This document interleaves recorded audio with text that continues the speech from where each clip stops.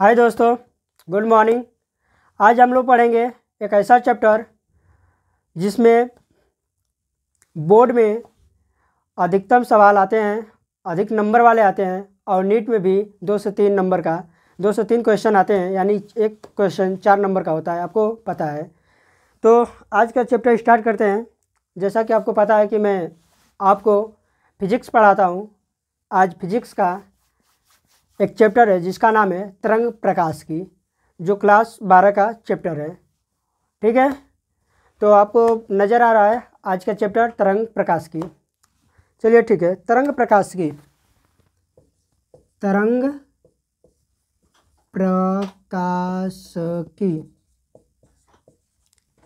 तरंग प्रकाश की है क्या, यानी कि तरंग प्रकाश को हम लोग सरल अर्थ में समझें तो प्रकाश क्या है? एक ऊर्जा का स्रोत है। तो प्रकाश की तरंग ही तरंग प्रकाश की कहलाती है, यानी कि प्रकाश द्वारा जो उत्पन्न होती है तरंग, यानी प्रकाश की तरंग जो होती है उसको कहते हैं तरंग प्रकाश की। इसमें हम लोग को पढ़ना है पहले प्रकाश की प्रवृत्ति कैसी होती है, मतलब कैसा आप अनुभव कर सकते हैं, उसको कैसे परिभाषित कर सकते हैं। ये बेसिक है, यहाँ से शुरू करेंगे। ठीक,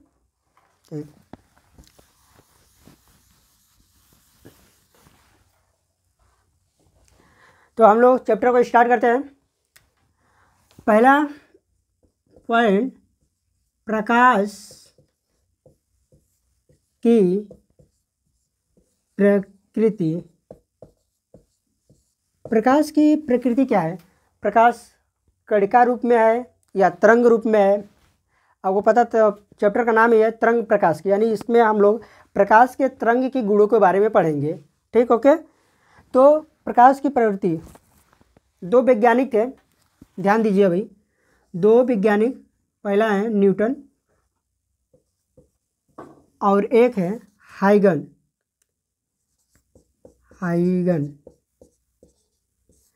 इन्होंने प्रकाश की प्रवृत्ति के बारे में बताया। क्या बोला कि प्रकाश की प्रवृत्ति क्या है, इसको बताने के लिए 2 वैज्ञानिक हैं जिनका नाम है, एक न्यूटन बाबा, वही न्यूटन बाबा जो सेव गिरा देते हैं, और एक है हाइगन। ठीक, तो हम लोग पहले पढ़ेंगे न्यूटन, पहला नंबर पर न्यूटन, दूसरा नंबर पर हाइगन। तो ठीक है, और न्यूटन ने जो सिद्धांत दिया, जिस सिद्धांत के बारे में हम लोग पढ़ेंगे, उस सिद्धांत का नाम है कणिका सिद्धांत। यानी कि कणिका सिद्धांत कौन दिया? न्यूटन ने दिए। कणिका सिद्धांत कौन दिया? न्यूटन ने दिए। और जो हाइगन ने दिया, यानी हाइगन जो बताया, उस सिद्धांत का नाम क्या है? कोई बता सकता है? किसी को याद है? कोई नहीं? ठीक है, तो इसको अभी यहाँ पेन डाउन नहीं करते हैं। पॉइंट नंबर 2 में हाइगन में जब पढ़ेंगे तो लिखेंगे। ठीक, तो हेडिंग डालिए, न्यूटन का कणिका सिद्धांत। न्यूटन की कणिका सिद्धांत। न्यूटन की कणिका सिद्धांत। न्यूटन कणिका सिद्धांत, इस टॉपिक से बोर्ड में हर साल बेसिक क्वेश्चन हर साल आता ही है, तो इसको ध्यान से पेन डाउन कीजिएगा, यानी नोट डाउन कीजिएगा। ठीक, न्यूटन का कणिका सिद्धांत। न्यूटन इस सिद्धांत के माध्यम से क्या बताएं? कोई बता सकता है? कणिका सिद्धांत, कणिका का मतलब क्या है? कण, और न्यूटन ने दिया यह सिद्धांत, इसलिए इसका नाम है कणिका सिद्धांत। इसके अंतर्गत पहला बिंदु मैं बोलूँगा, आप लोग लिखिएगा, इतना लिखाना पॉसिबल नहीं है, जहाँ हमको समझाना होगा वहाँ पर मैं समझाऊंगा। ठीक, तो पहला है, एक कणिका प्रकाश की चाल, एक कणिका प्रकाश की चाल से सभी दिशा में गति करती है। यानी कि न्यूटन की कणिका सिद्धांत का पहला है कणिका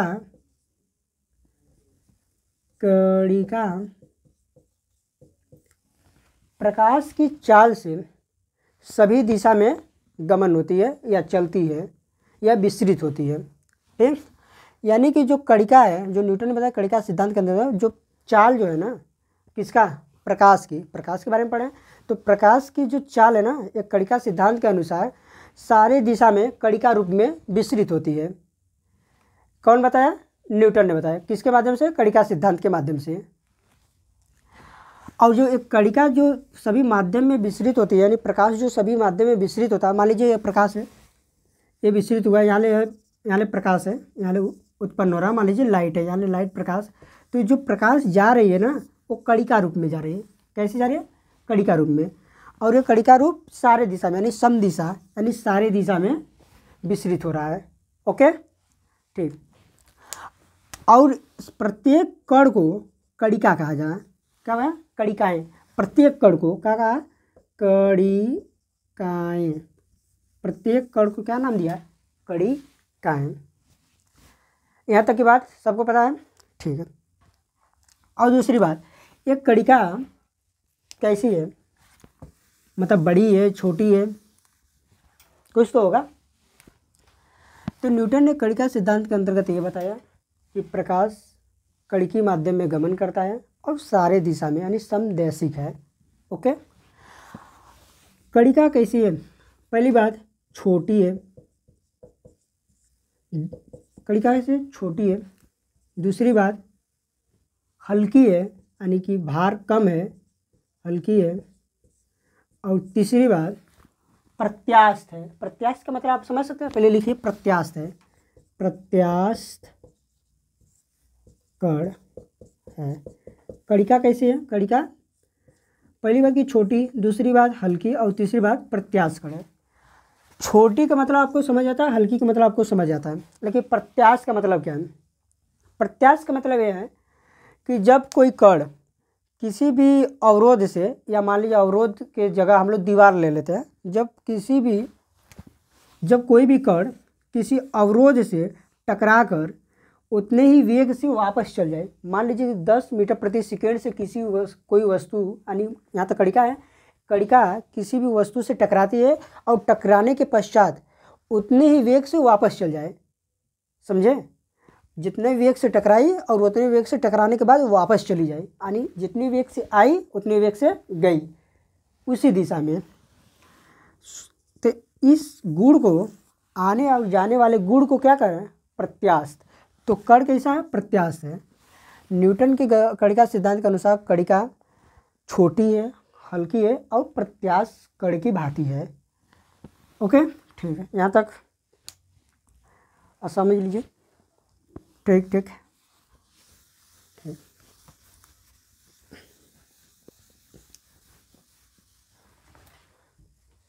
न्यूटन के कणिका सिद्धांत के अंतर्गत दूसरा बिंदु,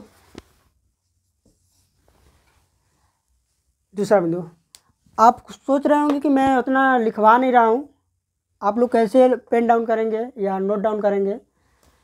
तो मैं आपको बता दे रहा हूँ कि जैसे हम पढ़ा रहे हैं पूरा का पूरा, आप फोकस कीजिए कि आपको यहीं पर कुछ बातें याद हो जाए, और कुछ जब दोबारा वीडियो देखिएगा या जब हम इसका नोट देंगे तब आपको पूरा का पूरा याद हो जाए।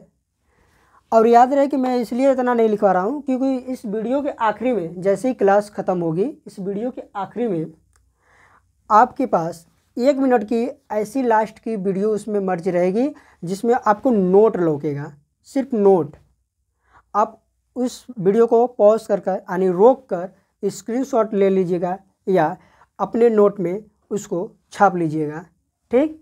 ओके, तो न्यूटन की कणिका सिद्धांत के अंदर दूसरा बिंदु यह है कि कणिकाएँ, जो एक कणिका थी, कणिकाएँ, ये जो कणिका थी कैसी थी, हल्की थी, प्रत्यास्थ थी और छोटी थी। लेकिन दूसरी बिंदु, कणिकाएँ ऊर्जा का वहन करती है, किसकी, ऊर्जा का वहन करती है। क्या करती है, ऊर्जा का वहन करती है। कणिकाएँ ऊर्जा का वहन करती है। ऊर्जा का वहन मतलब प्रकाश सूर्य से आता है, हमको उससे कुछ गर्मी फील होती है, उससे ठंडी लगती है? कभी नहीं लगती है। लगती है आप लोग को? तो जब प्रकाश जब हम लोग के पास आता है तो उससे हम लोग में ऊर्जा का अनुभव होता है, यानी गर्मी फील होती है, यानी ऊर्जा का अनुभव होता है। तो क्या बोला है, कणिका सिद्धांत के अंतर्गत क्या है, प्रकाश कणिका के भांति व्यवहार करेगा। और ये कणिका क्या है, प्रत्याश से हल्का है और छोटी है, लेकिन ये कणिका ऊर्जा का वहन करती है। यानी जब प्रकाश गमन करेगा कणिका माध्यम के रूप में, तो ऊर्जा का वहन करेगी। ठीक, ओके। इसके अंतर्गत तीसरा बिंदु, ऊर्जा का वहन करती है। यहाँ तक तो कन्फर्म है।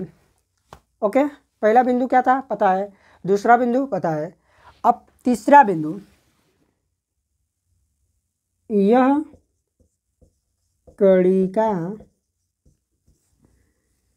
सरल रेखा में, यह कणिकी प्रकाश ना, कणिकी प्रकाश कैसा, कणिकी रूप में है न्यूटन के हिसाब से। तो एक कणिकी प्रकाश सरल रेखा में गमन करती है। क्या बोला, न्यूटन के हिसाब से जो कणिका सिद्धांत दिए थे, तो प्रकाश कैसा गमन करता है, तो न्यूटन ने बताया अपने सिद्धांत के अनुसार कि प्रकाश सरल रेखा में गति करता है। कैसा गति करता है, सरल रेखा में गमन करता है या गति करता है। इसके एग्जाम्पल के लिए, जैसे आप कभी रेजर लाइट देखे होंगे, तो रेजर लाइट एक तरह से जब हम लोग लाइट को ऑन करते हैं तो उसमें से प्रकाश निकलता है और प्रकाश लंबे दूरी तय करता है। तो एक तरह से प्रकाश चल रहा है, यानी गमन कर रहा है। तो क्या आपको ऐसा बता सकते हैं कि जैसे कि मान लीजिए यहाँ पर हम लाइट बारें बोले तो चालू किया, ऑन किए, तो प्रकाश यहाँ पर अवरोध कोई आ गया तो प्रकाश इधर ले मुड़ के इधर चल जाता है। कभी देखे होंगे कि प्रकाश इससे मुड़ के चला जाता है? नहीं जाता है, क्योंकि प्रकाश सरल रेखा में गति करता है।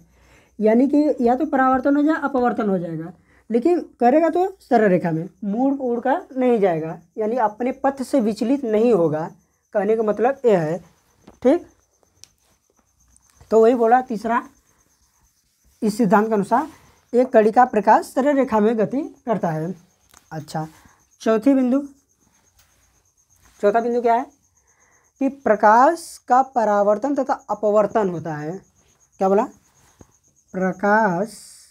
कणिकीय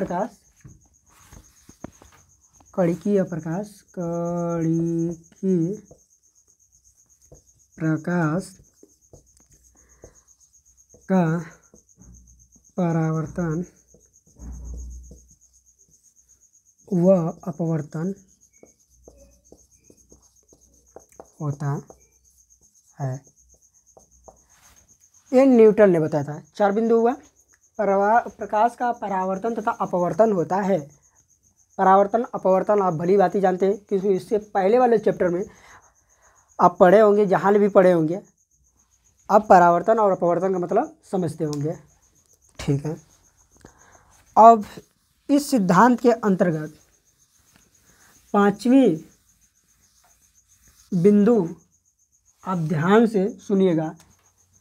अभी तक तो जो बता रहा था न्यूटन भैया ने, या बता रहे थे न्यूटन भैया ने, वो सब अच्छा खासा बताया, कोई गलत नहीं ठहराया। लेकिन 5वीं बिंदु उनका सुनिएगा। प्रकाश का चाल सघन माध्यम में अधिक व विरल माध्यम में कम होता है।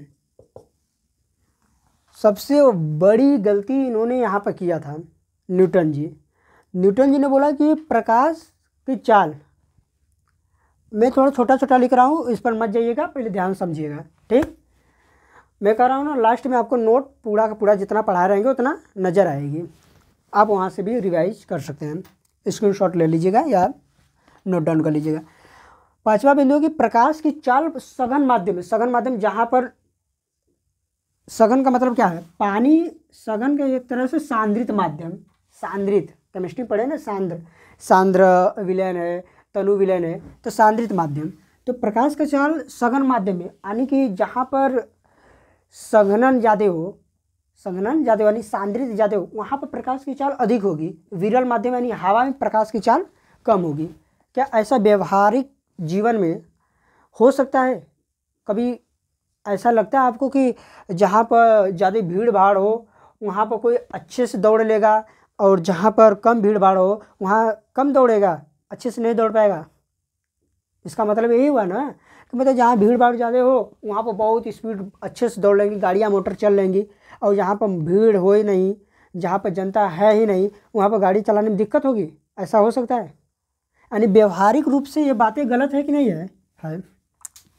तो न्यूटन की कणिका सिद्धांत का सबसे बड़ा मिस्टेक था तो यही था कि इन्होंने बोला कि प्रकाश की चाल सघन माध्यम में अधिक है लेकिन विरल माध्यम में कम है, जबकि ऐसा व्यवहार में नहीं होता है। व्यवहार में होता है कि विरल माध्यम में प्रकाश की चाल अधिक है, सघन माध्यम में कम है।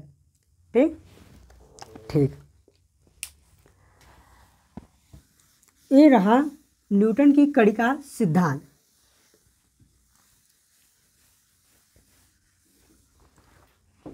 ठीक, कणिका सिद्धांत से आप क्या समझे कि प्रकाश कणिकीय रूप से गमन करता है, सभी दिशाओं में गमन करता है, उसका परावर्तन तथा अपवर्तन हो सकता है। कणिका सिद्धांत के अनुसार द मोस्ट इम्पॉर्टेंट पॉइंट ये है कि सघन माध्यम में गति अधिक होती है, विरल माध्यम में कम होता है, जबकि ऐसा व्यवहार में नहीं है। ठीक, कणिका सिद्धांत हेडिंग है कणिका सिद्धांत से क्या पता चलता है? कणिका सिद्धांत से आपको क्या पता चलता है? कणिका सिद्धांत से आपको क्या पता चलता है? पहली बात, परावर्तन तथा अपवर्तन के बारे में पता चलता है। कणिका सिद्धांत में बोला था तो कौन? परावर्तन व अपवर्तन। यानी कि कणिका सिद्धांत के अनुसार हम लोग ज्ञात कर सकते हैं या पता कर सकते हैं कि प्रकाश का परावर्तन हो रहा है या अपवर्तन हो रहा है, इसके बारे में बताया जा सकता है। ओके, दूसरा बात लिखिए, प्रकाश का निर्वात में संचरण होता है। प्रकाश का निर्वात में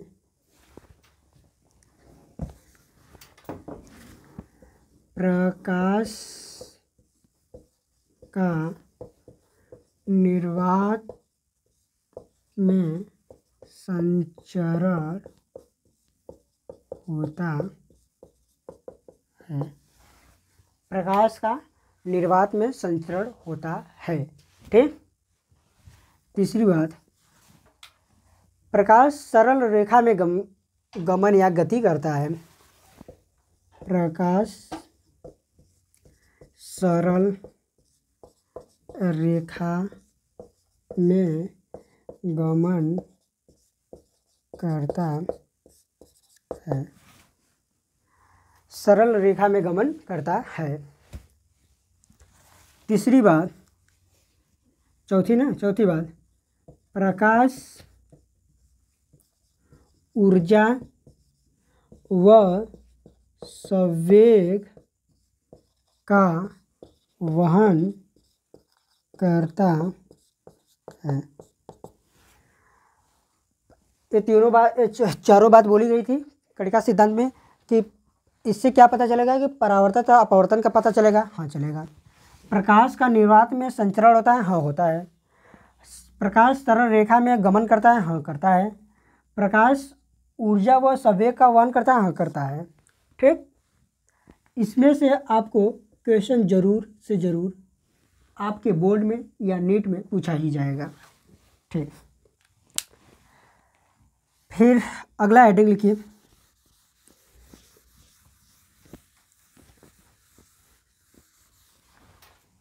कणिका सिद्धांत से क्या पता नहीं चलता है, नहीं चलता है, यानी कणिका सिद्धांत से क्या आपको पता नहीं चलेगा कि ये उससे हम उसको अनुभव नहीं कर सकते हैं। तो पहला है, नाम पर मत जाइएगा, बस याद रखिएगा, आगे आने वाले समय में इस पर हम लोग क्लासेस दूसरा डे 1 यानी डे 2 लेंगे तो पता चलेगा क्या होता है। तो पहला है व्यतिकरण, व्यतिकरण। दूसरा नंबर पर है विवर्तन, विवर्तन। तीसरा नंबर पर पूर्ण आंतरिक परावर्तन, परावर्तन। पहला है क्या नहीं पता चलता, व्यतिकरण के बारे में पता नहीं चलता है, विवर्तन के बारे में पता नहीं चलता है, पूर्ण आंतरिक परावर्तन के बारे में पता नहीं चलता है। आप सोच रहे हैं कि व्यतिकरण क्या है, तो आप ज़्यादा दिक्कत तो ना कीजिए, अभी आएगा तो हम लोग इसको इसी चैप्टर में आएगा, हम लोग पढ़ेंगे। विवर्तन के बारे में भी आएगा, पढ़ेंगे। बस याद रखिए कि इससे ये नहीं परिभाषित किया जा सकता है, पूर्ण आंतरिक परावर्तन भी नहीं परिभाषित किया जा सकता है। ठीक, ओके। यहाँ से आपका कणिका सिद्धांत समाप्त हुआ है। अब हम लोग चलते हैं, जो दूसरा सिद्धांत है उस सिद्धांत का नाम आपको याद ही होना चाहिए, मोस्ट इम्पॉर्टेंट है, इसमें से भी क्वेश्चन आने का लगभग 90% का चांस है। उस सिद्धांत का नाम है, आप हेडिंग डालिए, प्रकाश का तरंग गतिकी सिद्धांत। क्या नाम है? प्रकाश का तरंग गतिकीय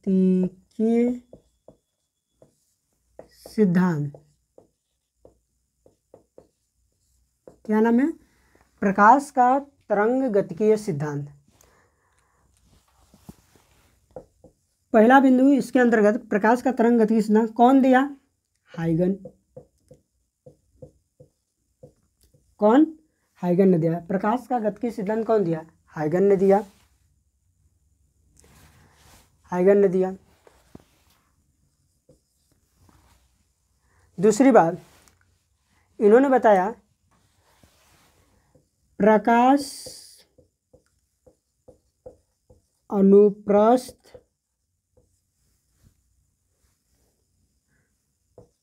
तरंग है। कैसी तरंग है? अनुप्रस्थ तरंग है, अनुदैर्घ्य नहीं है, अनुप्रस्थ तरंग है। तीसरी बात, प्रकाश काल्पनिक माध्यम में गमन करती है। क्या बोला? पहला बात कि प्रकाश का तरंग गतिकीय सिद्धांत कौन दिया, किसने दिया? नाम है हाइगन। दूसरी बात, इस सिद्धांत के अनुसार प्रकाश अनुप्रस्थ तरंग है। अगर प्रश्न में आ जाए कि प्रकाश अनुप्रस्थ, प्रकाश जो है अनुप्रस्थ तरंग की बात व्यवहार करती है अनुदैर्घ्य, तो आपका आंसर होना चाहिए हाइगन के अनुसार प्रकाश अनुप्रस्थ तरंग है। ओके।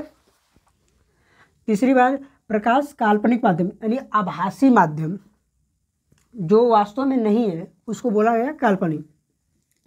प्रकाश काल्पनिक माध्यम में गमन करती है यानी कि संचरण करती है, यानी कि चलती है। चौथी बात, जो ये प्रकाश काल्पनिक माध्यम है, इस काल्पनिक माध्यम को एक नाम दिया गया था ईथर। क्या नाम है? ईथर। इस काल्पनिक माध्यम का नाम इसने क्या दिया? चौथी बात में लिखिए, हाइगन भैया ने इस तरंग गतिकीय सिद्धांत के अनुसार प्रकाश काल्पनिक माध्यम गमन करता है। हाँ, लेकिन काल्पनिक माध्यम को उन्होंने एक बेसिक नाम दिया था, यानी एक विशिष्ट नाम दिया था जिसका नाम था ईथर। अब ईथर क्या है? आप भली बात जाने, एक काल्पनिक माध्यम है और ईथर कैसा है? समदैशिक है। समदैशिक, समदैशिक मतलब समान दिशा में, हर एक दिशा में समदैशिक है, समदैशिक है। दूसरी बात भारहीन है, भारहीन है। भारहीन का मतलब इसका कोई भार और नहीं है। समदैशिक है, भारहीन है और समभारिक। मान लीजिए भारहीन हो गया तो समभारिक का मतलब वही है, तो इसको याद रखिएगा। ठीक, ओके, आगे चलते हैं। अगला बिंदु इसमें जब प्रकाश माध्यम में गमन करता है तो माध्यम के कण विचलित होते हैं। अगला बिंदु जो था तीसरा, चौथा, पांचवा है। जब प्रकाश माध्यम, कैसा माध्यम? काल्पनिक माध्यम। काल्पनिक माध्यम का ईथर। तो जब प्रकाश, यानी कि जब प्रकाश माध्यम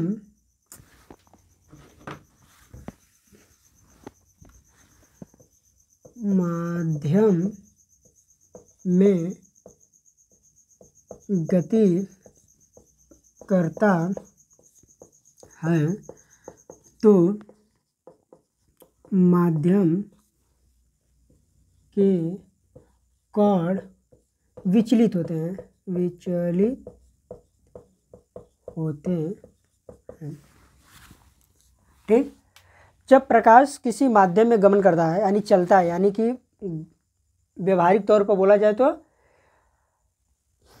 चलता है, यानी कि जब प्रकाश किसी माध्यम में चलता है तो उस माध्यम का कण जो है विचलित होते हैं। विचलित होते हैं मतलब हट जाते हैं, आ जाते हैं, इधर उधर बिखर जाते हैं, उसी को कहता है विचलन। यानी कि जब प्रकाश माध्यम में गमन करता है तो माध्यम के जो कण हैं, भैया इस माध्यम में मान लीजिए वायु है तो वायु में तो कण नहीं है, छोटे छोटे कण है ना, तो उस कण में विचलन आ जाता है, यानी कि उस कण टक्कर से इधर उधर हट जाते हैं, उसको कहते हैं विचलन कहते हैं। ठीक, चलिए ठीक। छठवां, प्रकाश माध्यम में तरंगाग्र के रूप में गमन करता है। कैसे गमन करता है? प्रकाश माध्यम में तरंगाग्राह के रूप में गमन करता है, तरंगाग्राह के रूप में गमन करता है। यानी कि तरंगाग्राह का मतलब एक बात है, आप कभी तालाब में, नदी में, स्थिर पानी में, नदी नहीं बोलेंगे, स्थिर पानी में जैसे तालाब हो गया, पोखरा हो गया, ये सब में जब आप किसी भी छोटे या बड़े कण को फेंकते हैं तो देखते हैं पानी में ऐसे ऐसे ऐसे ऐसे ऐसे ऐसे लाइनें बनती जाती है, लगता है कि तालाब के किनारों को छू लेगी वो लाइनें, या कुछ जाते जाते किनारों तक समाप्त हो जाता है। ऐसा देखें, इसी गुण को कहा जाता है तरंगाग्राह। क्या समझे? यानी कि प्रकाश माध्यम में तरंगाग्राह के रूप में गमन करता है। यानी कि प्रकाश कैसे गमन करता है? प्रकाश ऐसे ऐसे जा रहा है लेकिन इसका तरंगाग्राह बनता जाता है, यानी कि प्रकाश तरंगाग्राह के रूप में गमन करता है। ठीक, ओके, छठवां बिंदु हो गया। ठीक,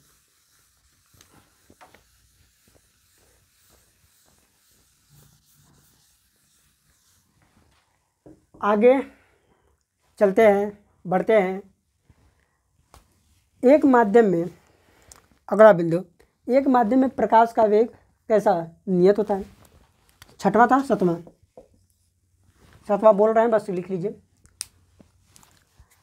प्रकाश का वेग, प्रकाश का चाल या वेग एक माध्यम में नियत रहता है। मान लीजिए प्रकाश का वेग अगर वायु में है तो वायु में रहेगा तो नियत ही रहेगा, चाहे कोई भी प्रकाश का वेग हो। ठीक, लेकिन माध्यम बदलने पर, जैसे वायु से अब पानी में जा रहा है, माध्यम बदलने पर प्रकाश की चाल बदल जाती है। तो आप एक शब्द में लिख लीजिए, जब प्रकाश एक माध्यम से दूसरे माध्यम में जाता है तो उस प्रकाश के चाल में क्या आता है? परिवर्तन हो जाता है। ओके, ठीक। आठवां बिंदु,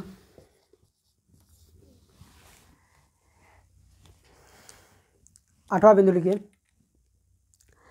तरंगाग्राह का प्रत्येक निधि, तरंगाग्राह का प्रत्येक निधि, निधि को बोलते हैं बिंदु, यानी तरंगाग्राह का प्रत्येक निधि द्वितीयक तरंगाग्राह के लिए जिम्मेदार होता है। 8वां बिंदु क्या बोला, तरंगाग्राह का प्रत्येक बिंदु या निधि द्वितीयक तरंगाग्राह के लिए जिम्मेदार होता है। जैसे में एक मान लीजिए पर्दा है, क्या है, पर्दा है, और इस यहाँ पर एक वस्तु है जो लाइट उत्पन्न कर रही है, यानी लाइट है, नॉर्मली जो हम लोग की बिजली जलती है वही वाली लाइट है। यहाँ से प्रकाश अनुप्रस्थ रूप से तरंगाग्राह के रूप में निकलती है, निकली, चलते चलते चलते चलते चलते चलते चलते पर्दा तक आ गई। ओके, एक ऐसा है तरंगाग्राह है।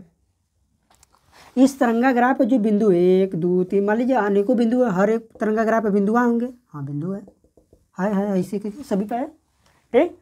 तो तरंगाग्राह के प्रत्येक बिंदु पर, यानी प्रत्येक निधि पर द्वितीयक तरंगाग्राह उत्पन्न करने के लिए जिम्मेदार होता है, यानी उत्पन्न करने की क्षमता होता है। जैसे इस पर्दे को मैं छिद्रित कर दिया, यानी कि काट दिया, यहाँ से इधर आ सकता है, तो जो ये बिंदु है, ये बिंदु दूसरी तरंगाग्राह फिर से उत्पन्न करेगी, फिर ये तरंगाग्राह उत्पन्न होते चले जाएगी। इसी को बोलते हैं कि प्रकाश का तरंगाग्राह द्वितीयक तरंगाग्राह उत्पन्न करने के लिए जिम्मेदार होता है, ठीक।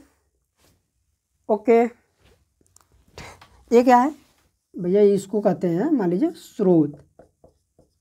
किसका स्रोत, प्रकाश का, यानी स्रोत किसका, प्रकाश का, ठीक। प्रकाश का स्रोत मैंने दिया तरंगाग्राह के रूप में, प्रकाश गई अनुप्रस्थ तरंग के रूप में। यहाँ तक आई, मैंने बोला कि तरंगाग्राह का प्रत्येक बिंदु द्वितीयक तरंगाग्राह के लिए जिम्मेदार होता है, हाँ द्वितीयक तरंगाग्राह के लिए जिम्मेदार हो गया।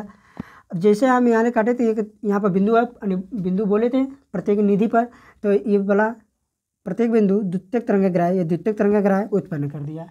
ओके, तो ठीक है, आज की क्लास को यहीं पर समाप्त करते हैं। और ध्यान रहे, इसमें हम लोग कम से कम 3 क्लासेस चलाएंगे। कल वाली क्लास में हम लोग व्यतिकरण, विवर्तन, विचलन ऐसे, और फिर संपोषी व्यतिकरण, विनाशी व्यतिकरण हम लोग पढ़ेंगे। फिर ध्रुवण आएगा लास्ट में। ज़्यादा लंबा चैप्टर नहीं ले जाएंगे और पूरा बेसिक से एडवांस तक पढ़ेंगे। आज तो बेसिक ही था, बस एक कणिका सिद्धांत था और एक हाइगन का सिद्धांत, हाइगन ने जो दिया था उसका नाम था प्रकाश का तरंगगतिकी सिद्धांत। ये दोनों लोग, इस दोनों सिद्धांतों के बारे में हम लोग स्टडी किए। और आज है डे 1 और कल आएगा डे 2 की क्लास है, आप ज़रूर आइएगा। लेकिन याद रहे कि इस क्लास में आप लोग जो लिखे हो लिखिए, लेकिन समझने का कोशिश ज़्यादा कीजिएगा। तो अब आपके सामने मैंने जैसा बोला था कि मैं जो पढ़ाऊँगा उसको आपको पूरा बोर्ड पर नज़र आएगा। आप एक स्क्रीनशॉट में जितना पढ़ाया हूँ उतना आप लोग पेन डाउन कर सकते हैं।